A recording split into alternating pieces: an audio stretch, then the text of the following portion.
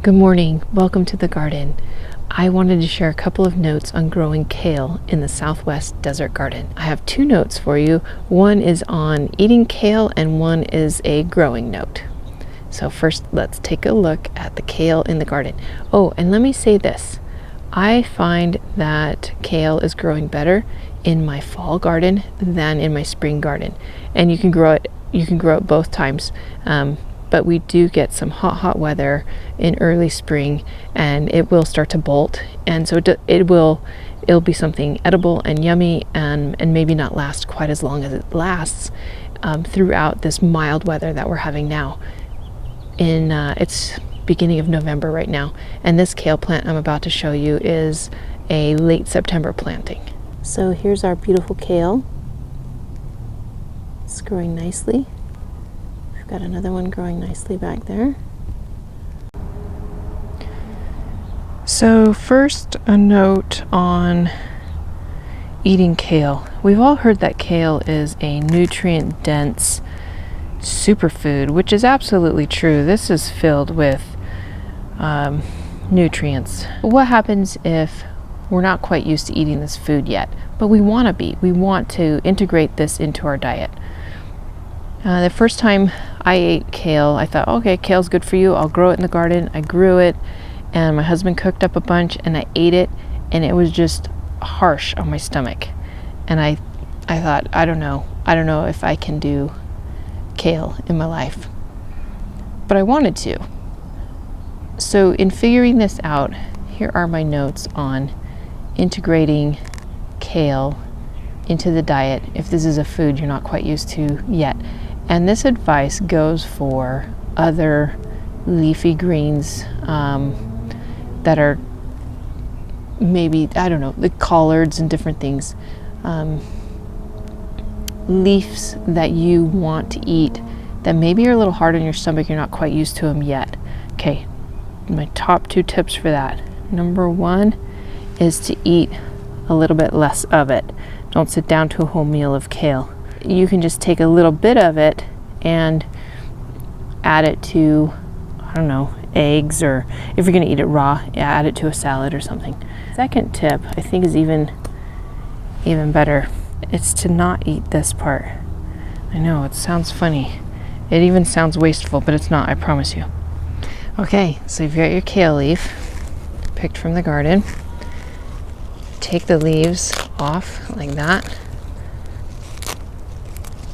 and discard this part, because what I've read about, what I've heard about, is that it's actually this stem that's more difficult on our stomachs to digest than the leaves. And so then start by increments adding this to the diet. So whether you're eating it raw in a salad or throwing it in sautés or with your eggs or soups or whatever you've got.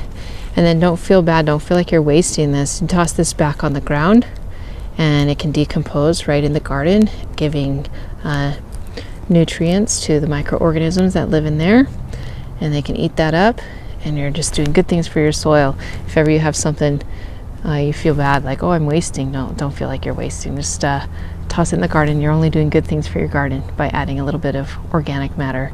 So those are my tips for growing kale in the Southwest. Oh, I forgot the second tip. Okay, here we go. So that was tip number one on integrating kale into our diet if it's new to us, right? And then the second tip is a growing tip. So let's go back over to the kale plant. If you like what you're seeing on this channel, gardening tips and sometimes specific to growing in the Southwest Desert, go ahead and hit that subscribe button. Love to have people visit the channel and want you to feel welcome to be part of the community and chit chat sometimes in the comments section about what we're growing and how we're growing it. Okay, now a growing tip. So when I first put these kale seeds in the ground, I scattered sort of a bunch of them. You can grow a bunch together, but keep in mind that if you do, the kale plants will stay relatively small.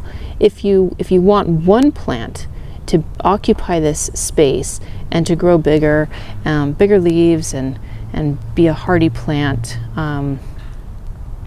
you're going to want to take away some of the other ones that came up. So you see there's about 4. Let's just see if I can show that. There's one here, and one right here, and one right here, and one right here. So gardener's choice. You can grow all 4 of those together if you want to, but you can also separate them out and let them kind of shine individually. So if I want to thin, I'm just going to choose one and pull it out. This is a thinning now, and it's got some nice roots on it. And so choices here. I can throw it on the ground, let it decompose, and it can be more organic matter for my garden. I can take it in the house and eat it up in a dish. Young kale is super delicious. Another choice, I can throw it to my chickens. They'll love it. They love snacks, right? Okay, and then this is another option. Hey, puppy, it's okay. All right. So here's the other option. I'm going to take my kale plant over to here. I'm going to dig a hole.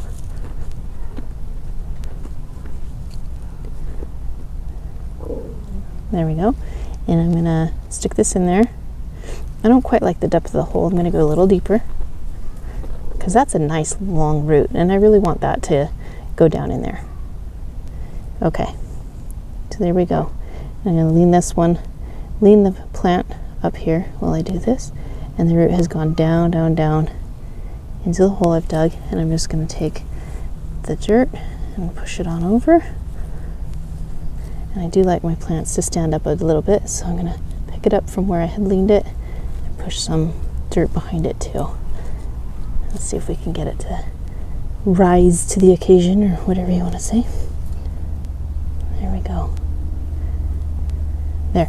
And then you can say, well, does that work? Does it, showing us an example of something. Can you let us know, have you done this before, and does it work? Here, let me take off a couple of these. Take off this one that's been eaten a little bit. Throw that to my chickens. And there we go. It's standing up. And then, like a cooking show, I'll show you the ones I've already done, so you can see how well it works. Okay, there we go. A planted thinning of kale. Will it take? Does it work? To do that, to pull a plant out of the ground and pop it in somewhere else. Okay, so this is where I've done that before. Right here, this is a thinning, replanted. Right here, this bigger one, that's a thinning replanted. And then over here, nothing, right? So I did it 3 times. 2 of them took and 1 of them didn't. And so is it worth it to me? Yeah, definitely. Because now I have more kale plants, and they can spread out and get as big as they want to. If for any reason it doesn't take, these ones did. The 3rd one didn't. If for any reason it doesn't take, that's okay. More organic matter for the living organisms in the soil. It's a good way to look at gardening failures, right? Oh, something didn't work out in the garden. Well, that's okay. It fed the soil. Keep gardening, keep trying things, keep seeing what does or doesn't work. The next one I went to pull out of the ground snapped. So there's nothing there for a root system. So rather than try and put that in the ground somewhere, I'm going to toss it to my chickens and give them a snack. I'm getting a small collection here of kale so I can share with them. And one more gardener's choice. I'll just show you that these 2 are pretty well established, and I don't really want to pull either one of them out of the ground at this stage in their growth. So I'm just going to leave 2 growing together. Same with right here. I'm going to leave those 2. They're looking healthy and happy, and it's okay with me if the kale doesn't get super huge. So, gardener's choice. You decide how you want to spread things out, how you want to grow things together. Enjoy. So many choices in gardening. You can really, it's a really easy space to work in. I hope if you haven't started gardening yet that you'll give it a try. It's a very forgiving hobby. It has its ups and downs, and you just take the ride, and it's okay. Whatever happens, happens, and you can enjoy whatever you harvest, and whatever didn't work out, you can think about it and decide how you want to make changes. Just keep moving forward. So if you're a beginner gardener or gardener in your heart and haven't started yet, go ahead and do it. You're the best gardener for your space.